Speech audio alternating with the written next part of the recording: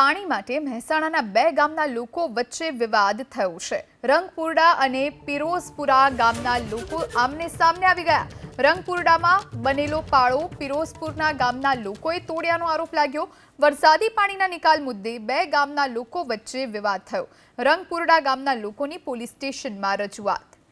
તો પાણી માટે મહેસાણાના બે ગામના લોકો વચ્ચે વિવાદ થયો। આ વિશે વધુ જાણકારી માટે સંવાદદાતા હારૂન નાગોરી ફોન લાઈન પર જોડાયા છે। હારૂન, આખી આ ઘટના શું છે?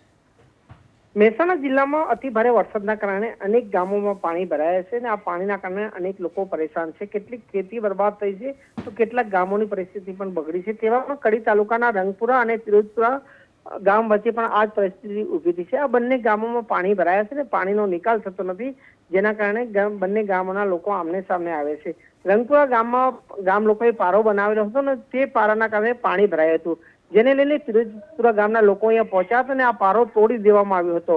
ત્યારબાદ પારો તોડી દેતા ક્યાંક ને ક્યાંક પિરોઝપુરા ગામના લોકો અને રંગપુરા ગામના લોકો આમને સામને આવી ગયા હતા। બંને વચ્ચે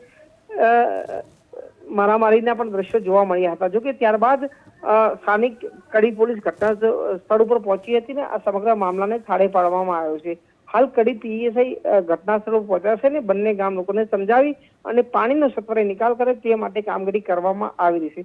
બીજી તરફ રંગપુરા ગામના લોકો હાલમાં પોતાની ગામ લોકો જાતે પારો બનાવી રહ્યા છે, કારણ કે જે રીતે પાણી પોતાના ગામ તરફ આવી રહ્યું છે ત્યારે તે પાણીને રોકવા માટે તેઓ જાતે આ રીતે પારો બનાવતા જોવા મળી રહ્યા છે। હાલમાં બંને ગામ વચ્ચે શાંતિપૂર્ણ માહોલ છે, પરંતુ જરૂર પોલીસ ઘટના સ્થળ પર પહોંચી છે ને બંને ગામ લોકોને સમજાવી રહ્યા છે। જી આભાર હારૂન, જાણકારી આપવા માટે।